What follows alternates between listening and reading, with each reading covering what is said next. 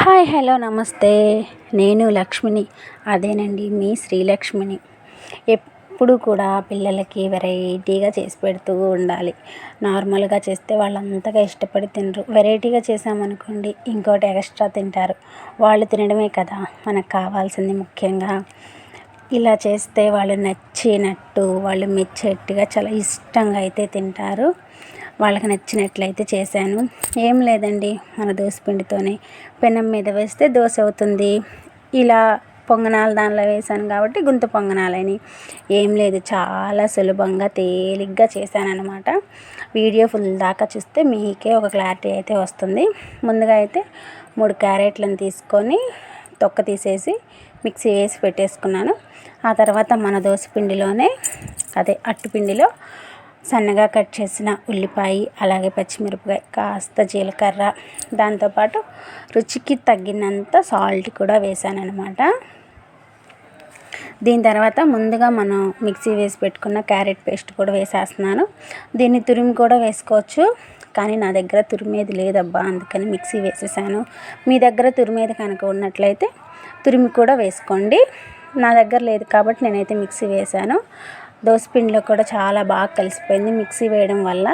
తురిమింది అయితే అంతగా పిండిలో కలవకపోవచ్చేమో, మిక్సీ వేసింది కాబట్టి బాగా కలిసిపోయింది. అదంతా కలిపేసేసి పెట్టేసుకున్న తర్వాత గుంత పొంగనాల బాండి అయితే పొయ్యి మీద పెట్టేశాను.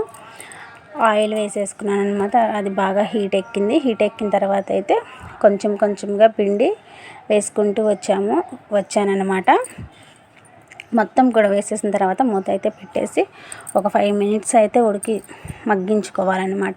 పై దాకా కూడా ఉడకాలి కదా, అందుకోసం అవి ఉడికిన తర్వాత అన్నీ కూడా రివర్స్ అయితే తిప్పేసుకుంటున్నాను.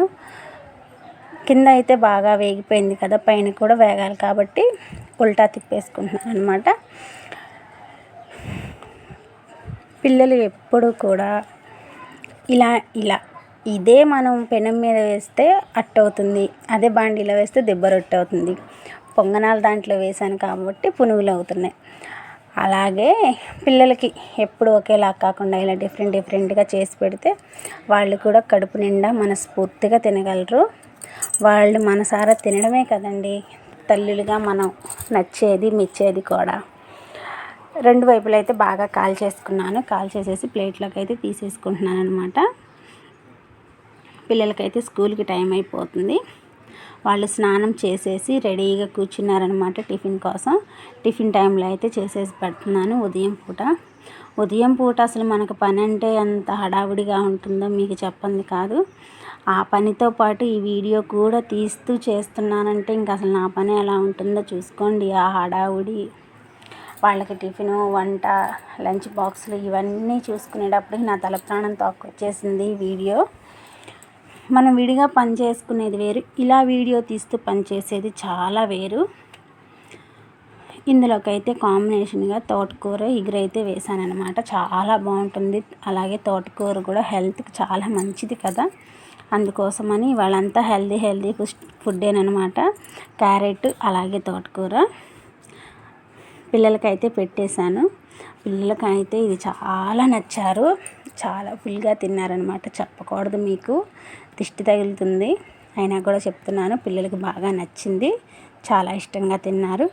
అలాగే పోతూ ఒక లైక్ ఇచ్చి అలాగే మన ఛానల్ని సబ్స్క్రైబ్ చేసుకోండి. మన ఛానల్ని ఫాలో కొట్టేసేయండి అబ్బా ప్లీజ్. మా చిన్ని బాబు కోసమైనా ఈ వీడియోకి లైక్ కొట్టండి, సబ్స్క్రైబ్ చేసుకోండి, ఫాలో కొట్టేసేయండి ప్లీజ్.